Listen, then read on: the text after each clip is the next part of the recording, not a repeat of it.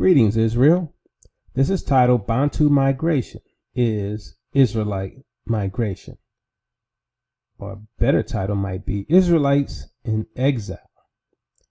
So my goal here is to give you a clearer explanation of the true meaning behind the Bantu migration, or at least that is what the Europeans call it. So we're going to put together our own history concerning that event.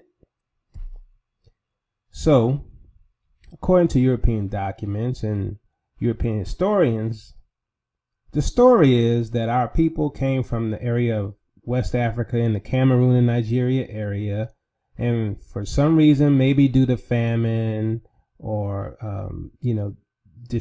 climate change, the Bantus from the area of Cameroon and Nigeria went southward and sort of scattered along South and Southeast Africa. And they claim that this incident happened in two waves. The first wave happened around 1000 BC, and the second wave happened around 1 AD. Okay, so they have bits and pieces of the story, but I'm going to break this down for you the way it really happened. So the first migration, which was around 1000 BC, actually was the migration of the northern 10 tribes of Israel after their captivity in Assyria.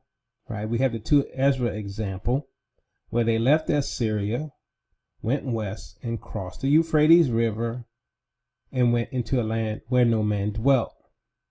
Now, as stated before, if the Most High had to hold back the waters, they walked. Right? Simple. Right? The Most High wouldn't have to hold back waters for them if they had a boat. Wouldn't be necessary. Obviously, the context indicates that they walked. Okay. So they ended up, the so-called 10 lost tribes were fleeing the Assyrian invasion and ended up in West Africa and scattered throughout areas in Africa. So the first migration, or better termed refugees in exile, happened around 1000 BC, according to the Europeans, modern Europeans. They also indicate that the Syrian invasion of Israel happened in 724 BC. That is just a difference of 276 years. Okay, that is only a 276-year difference, which can be allocated as simply an acceptable margin of error by the European scholars. But this can easily be considered the exact same time frame. So the first migration, or better stated as asylum seekers, was at the same time as that of the Bantu migration, or expansion as they call it. But it really was the Israelite refugees seeking safety in Africa. So the second migration was Judah in exile, when the Roman army attacked the Jews of Israel around 66 to 70 AD. So, according to historians concerning the Bantu migration, they indicated that the second migration occurred around 1 AD. They also indicate that the Roman invasion of the tribes of Judah in Israel occurred around 70 AD. That is a small margin. That is only 69-year difference between the two dates. This is the same time frame with a margin of error of 69 years. So, The Israelites were refugees fleeing into Africa from their enemies, something they had always done in the past. So European statements concerning the Bantu migration, is the European statement a lie, or is it a half-truth? They indicated that for some reason the Bantus were in Cameroon, in Nigeria, and headed south and just took over, populated all over the place, right? So I would tend to state that that is a half-truth. So I used to think that this chart was a pure lie, but after more research, I've discovered that this chart is a partial truth, an incomplete story. So it's highly likely that at some point we did end up, and you'll see according to some research, we ended up in the Nigeria area, and then some of them also went further south. The Hebrews. So let's now notice the Yoruba, Limba, and Igbo, typo right there, Igbo migration routes. There are two oral traditions concerning the Yoruba Jews. So the first one, according to the Bani Ephraim, a Yoruba Jewish population who claimed to come from the Israelite tribe of Ephraim, was said to have been driven to Yoruba land from Morocco by Muslims and eventually mingled with Yoruba people. These black Jews in southern Nigeria are called the Imo Yokwam, or strange people, by the native Africans. But these black Jews call themselves Bani Ephraim, or sons of Ephraim. And you'll find that many nations, including the European nations and many Hamitic groups in Africa, always referred to the Hebrews who were exiled into Africa. They would refer to them as strange people or strangers in their land. There are other documents that indicate that same terminology when being applied to the Hebrew immigrants. Or exiles, let's say. They didn't immigrate. They were exiles into Africa. So the second oral tradition or theory was by a professor, at least it's shared by Professor Dirk Lang. Professor Dr. Emeritus of Beirut University in Germany has performed extensive research concerning many West African groups and their origins in the Near East. In the abstract to one of his many essays, Dirk Lang, Origin of the Yoruba and the Lost Tribes of Israel, Dirk confirms the traditions of a Levantine or Israelite origin of the Yoruba Nigerians. According to Oyo Yoruba tradition, so this is the second one, the ancestral Yoruba saw the Assyrian conquest of the Israelite kingdom from the 9th and the 8th century BC from the perspective of the Israelites. After the fall of Samaria in 722 BC, they were deported to eastern Syria and adopted the ruling Assyrian kings as their own. The Great Migration of Refugees from the collapsing Assyrian Empire, 605 BC, according to Yoruba tradition. And according to Dirk Lang, in this particular scenario, the Yoruba came out of the Assyrian territory. So they were part of the first migration. Okay, and some of it's very possible, like the sons of Ephraim, they went to claim that they ended up in Morocco. And that's very likely as well. Okay, and parts of the Yoruba clan actually follow this migration route here, whereas the sons of Ephraim followed the route through Algeria into Morocco. So the Limba migration, according to oral tradition, they fled from their homeland into Yemen crossed into the Horn of Africa down into southern Africa. And the Limba have a very strong history, oral history and traditions that prove they are the Hebrews. Same thing applies to the Igbo. They have a strong history and evidence of being the Hebrews.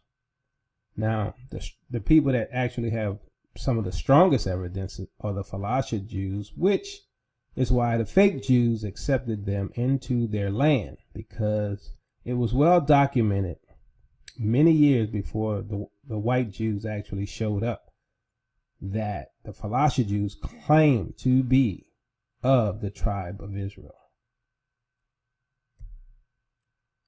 So the Igbo oral history indicates that they traveled from Morocco to Nigeria, known as the sons of Gad. So just like the Benai, just like the sons of Ephraim, they left Morocco and went to the Nigerian area. So this was a hotbed of Hebrews, right? The Nigerian, Benin, Togo, Ghana, Ivory Coast, Mali, Niger, a hotbed of Hebrews. And they all went to this area at some point in time, just like the Zachor indicated. As we told you in the previous video, the Zachor were in Algeria, in the area of Al-Sarat, and they fled the Muslim invasion as well, and ended up in the same area of Nigeria, Benin, Togo, Mali, Ghana.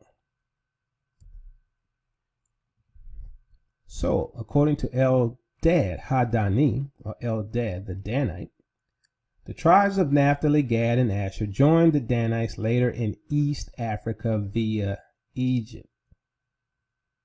Okay, and if the Igbo are Gad, right, this lines up. Many of these tribes' descendants are most likely in the so-called land of Abyssinia and Ethiopia.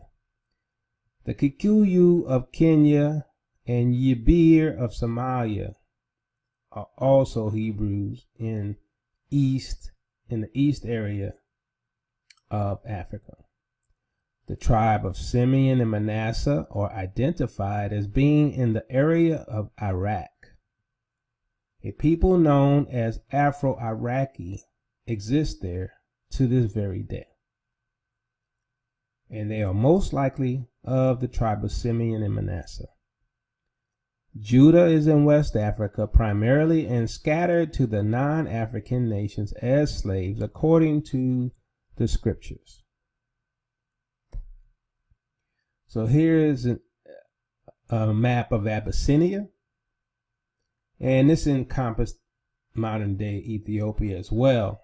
And we know, according to previous documents that we shared and the maps that we shared in previous videos, that there were many Jews between Abyssinia and the Congo. So that's well documented. So we have here Amazulu the Zulu by Thomas Jenkinson.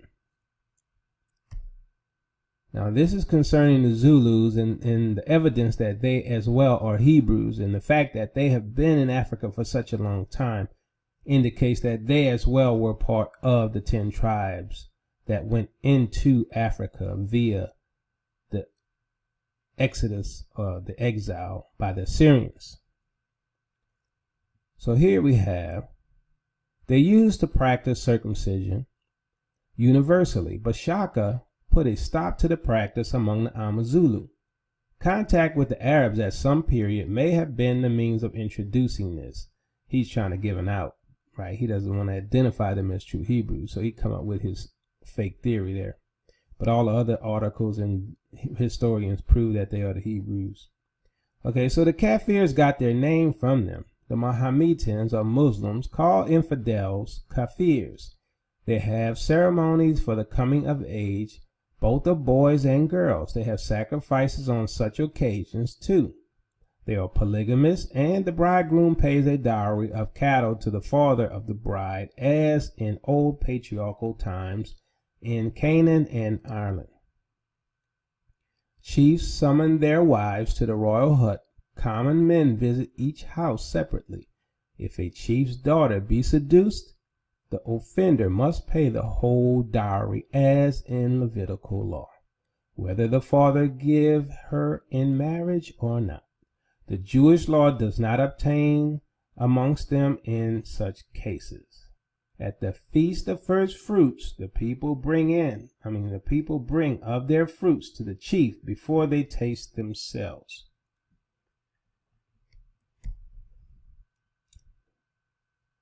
The Zulu, says Bishop Calloway, is a highly elaborated language, much more so than the Hebrew, which in some respects it resembles. So we have here that Bishop Calloway indicated that the Zulu language is similar in some respects to Hebrew. Okay, so this is evidence as well that we have another Hebrew Israelite tribe that came in during the Assyrian invasion. That is the first invasion. John Ogilvie, author of Africa being an accurate description of the regions of Egypt, Barbary, Libya, and Beladugaria. So let's see what he had to say. Many Jews also are scattered over this region, some natives, boasting themselves of Abraham's seed, inhabiting both sides the river Niger. Others are Asian strangers who fled there either from the desolation of Jerusalem by Vespasian or from Judea, wasted and depopulated by the Romans, Persians, Saracens, and Christians, or else such as came out of Europe, whence they were banished, out of some part of Italy in the year 1342, out of Spain in the year 1462. Remember the lesson we gave you guys about the Spanish Inquisition? Out of the Low Country in 1350, out of France in 1403. This is, family, this is Isaiah 53. I'm sorry. This is Psalms 83. This is Psalms 83. The nations conspire to erase us and scatter us worldwide. So you see here the conspiracy of all these nations coming together to plot, to enslave us, to cast us out of Europe, gather us all in one place in Africa where they can come for us later, in a few small years later.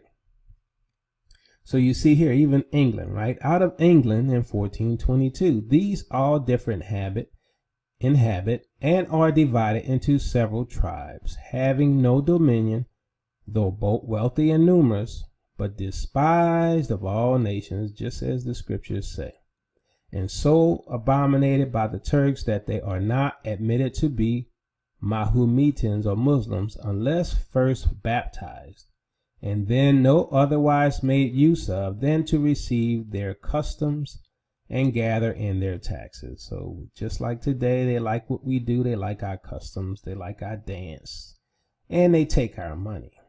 But that's it. The Kafirs are libertines who hold many athetical tenets, live together promiscuously without ceremonies, like our families are Adamites, following their sensuality and unbridled lust, inhabiting from Mozambique to the Cape of Good Hope. The idolaters are numerous in Negro land, Upper and Lower Ethiopia, and towards the great ocean, except, as we hinted before, some few who by the industry of the industry of the Portuguese and Spaniards have been converted and baptized in several places. So we see here, right, we know that many of them were in Upper and Lower Ethiopia, Egypt, and other areas. Negro land, which is West Africa. All the things we shared with you in the past. So, as he indicated, we see here where Mozambique and Cape of Good Hope is. Cape of Good Hope is the most southwestern point of the African continent. And this is where many of the Bantu tribes lived, so-called Israelites, right? According to John Ogilvy. And we know from previous lessons that between the Congo and Ethiopia area were many Hebrews, right? So this is a book titled Origin of the Bantu by J.F. Van Oort. Now, most of the writing in this book is a theory proposed by this researcher into the Bantu language and their origins, but he gives clues that show us that the Bantu origins are Shemitic. What is Bantu? Whence did the Bantu race originate? It may seem very audacious on the part of the writer to try and give the answer to these two questions, which are of such immense importance not only to South Africa and to Africa generally, but also to the science of philology. Yet the writer's researches and studies during an unbroken period of 3 years have gradually convinced him of the general correctness of his answers, and for that reason he considers it his duty to place the results of his work before the scientific public as well as before general readers. The answers to the above questions may be conveniently gathered in the following. The Bantu language belongs to that group of language generally known as Ergo-Altaic. Now that's a term no longer used, right? It's an outdated term. But back then, that's what they classified the language as. The fact that in the Bantu language, there are two distinct groups of words, one of which is far more archaic than the other, entitles us to come to the conclusion that there have been two Bantu invasions of Africa. And this once again ties into the current theory of two Bantu migrations, one around 1000 BC and the other around 1 AD. This is the Israelite exile from the Middle East. So he goes on to say the second Bantu invasion of Africa started from the mouth of the Tigris and Euphrates and probably took place about the year 680 BC. So he ties this migration to the same time period of the Assyrian exile of the Hebrews into Africa. Now he points them to an area between Iraq and Kuwait, which is the mouth of the Tigris and Euphrates. So he places the Bantu origin, or he theorizes that the Bantu origin is in the Middle East. So he's already proven that the Bantu come from the Middle East, or he has theorized that the Bantu come from the Middle East and not from Africa originally. Even though the Middle East is Northeast Africa, but you know, semantics. It is also a fact proved by the traditions of several Bantu tribes that the regions near Lake Victoria, which is in Kenya, in Zania, was the ancient and central home of the Bantu. But how did the first Bantu get there? This is a question which at present it is very difficult to answer, but after having taken all facts into consideration, I am inclined to think that the Bantu came to Africa by sea and not overland. Well, I disagree with that, but who knows, right? Maybe some people took a boat. I doubt it. The Hottentot may have come to Africa as a Semang overland, and he was probably followed by Sakai tribes who became the ancestors of the Galas, the Somali, and other Hamitic tribes of North Africa. So remember that the Yabir are a Bantu Hebrew Israelite group who live among the Somali Hamites. Okay, so you have the Somali Hebrew Jews, and then you have the Hamitic tribes who persecute the Bantu Jews up there today. But the earliest Bantu must have come much later. At all events, it certainly is remarkable that on the Egyptian monuments of early date we find no picture of a Bantu, nor do we find any description of Bantu tribes. In the second volume of his Herodotus, Rawling mentions an invasion into Africa of Asiatic Ethiopians about the year 1300 BC. So, I mean, this guy said he didn't find any monuments or statues of Bantus in Egypt, but he's not an archaeologist. He hasn't indicated that he's been to Egypt, but anyway, I wanted to point that out, right? He's, I mean, there was a cover up by a lot of these academics as well. Okay, let's continue. Of the second invasion of Bantu in South Africa, we have, however, more historical and trustworthy data. I have already shown that on account of the ancient Babylonian and Sumerian elements in some of the Bantu dialects, this invasion must have come from the mouths of the Tigris and Euphrates. At the mouths of these rivers, many of the old Sumerians had taken refuge, and their number had undoubtedly been strengthened by many Semites, who, for some reason or other, had considered it advisable to leave their original habitation. Nominally subject, these men of the seacoast were in reality independent of Babylonia, though there never seemed to be any trouble between them and the authorities.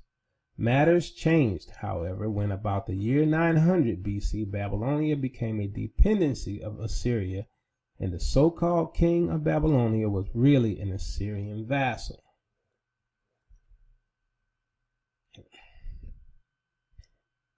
The newcomers completely changed the tenor of their life and became agriculturalists and cattle raisers like the first Bantu had become. Gradually, the distinction between the two elements wore away, but not altogether. The Babylonian element was strong and died hard, and the old Shemitic linguistic factor was never altogether eliminated. It is impossible today, indeed, to draw a sharp line of demarcation between the various Bantu tribes, nor can we exactly tell which tribes came from the first invaders and which tribes traced their origin to the latter invasion.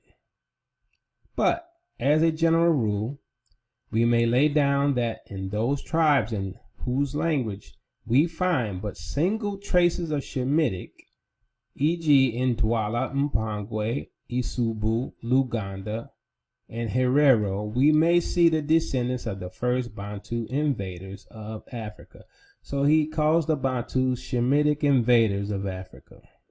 But where, like in most of the Bakwina languages, and especially in the language of the Mashana, we find a very strong Shemitic, not Arabian element, we may fairly conclude that the origin of those tribes can be traced to the latter invasion, but it should never be lost from view that the Bantu has become a very mixed nation, and that at present we have but an excrudescence of the original elements, and not these elements themselves. So here we have the Jews of Africa, especially in the 16th and 17th century, by Sidney Mendel, shown, and his book is The Jews of Africa. And he talks about Jews in Tunisia, Algeria, which is where Osirat is, Morocco, Egypt, Abyssinia, and Ethiopia. So once again, we can sort of mark where we find the Hebrews at, right? And we can identify that these are Bantu areas as well. Well, many Bantu are in that area. And so we know that the true Hebrews are black people, which we've been down that road already. But I use him as evidence to show you some of the migration routes, that they were actually in far east of Africa, far west of Africa, along the northern area of Africa. So, another theory maintains that Jews traveling with trade caravans from northeast Africa moved through West Africa. According to certain accounts, such as Travels in North Africa by Nahum Slauson, Jewish identity can be found in North Africa since the founding of Carthage, specifically descendants of the tribes of Zebulun and Asher. Persecution and trade have been the major influencing factors in how the Jews migrated through Africa. During periods of Islamic persecution and for the purpose of trade, Jews moved from communities in Egypt, Ethiopia, Tunisia, and Morocco to more remote regions of North and West Africa. So they went to more remote regions of North and West Africa. What's in North Africa? Azarite. What's in West Africa? Negro land. This lines up with the Zakor of Algeria, whom we discussed in the previous video on Osirat. They fled further southward and westward due to the invasion of Islam into northern territory of Algeria. Rudolph Windsor, author of Babylon to Timbuktu, said this in his book on page 120. The black Jews who migrated to the Sudan from the north converged with the Jews migrating from the eastern Sudan to the countries of the Niger River. There is much proof and still much more to be revealed by scholars that there existed prior to the slave trade and subsequent to it many tribes, colonies, and kingdoms in West Africa.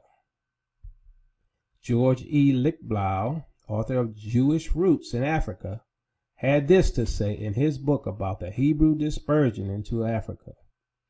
Pressed under sweeping regional conflicts, Jews settled as traders and warriors in Yemen, the Horn of Africa, Egypt, the Kingdom of Cush and Nubia, North African Punic settlements, and areas now covered by Mauritania. More migrants followed these early Jewish settlers in northern Africa.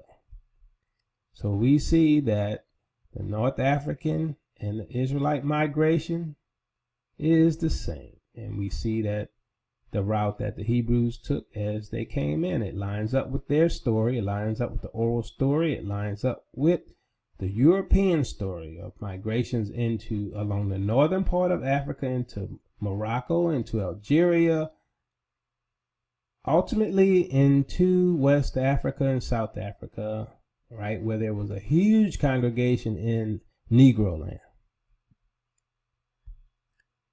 So, in conclusion, this is just a high-level example where true Israel migrated to. We are truly all over Africa and the world today, known as Bantu Negroes today. So you'll see the Limba, the yellow line, right? Their story. They go from their homeland to Yemen, across the Horn of Africa into southern areas of Africa. Zakor, as we stated, went to Algeria in the area called Osirat, which is North Algeria, and they ultimately ended up in Negro land and in specifically Nigeria due to the Islamic persecution. The Igbo, the green line, they ended up in Morocco and wound up going through to South Africa as well.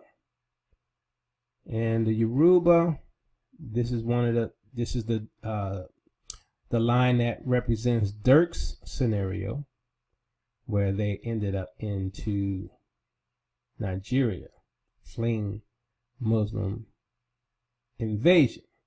And the Benai sons of Ephraim, their line matches up with the Igbo, where it went to Morocco down to Nigeria. And they all congregated. The majority of Israel congregated into Nigeria after their expulsion. So you see how this line congregates in this Nigerian area. So now, that's why I said that the Europeans had a half truth, because we were there. We congregated there. There was a huge assembly of Jews or Hebrew Israelites there, just like they said. And then we went south and moved further south and spread out all throughout many parts of Africa.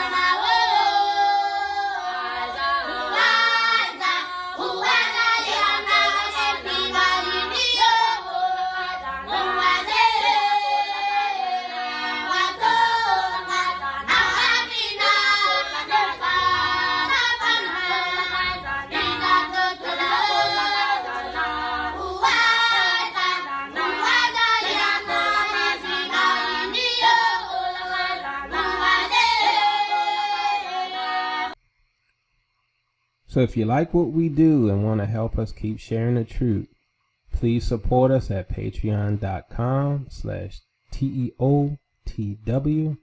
And we have a social network at TEOTWministries.ning.com. Peace and blessing, Israel. Your captivity is ending.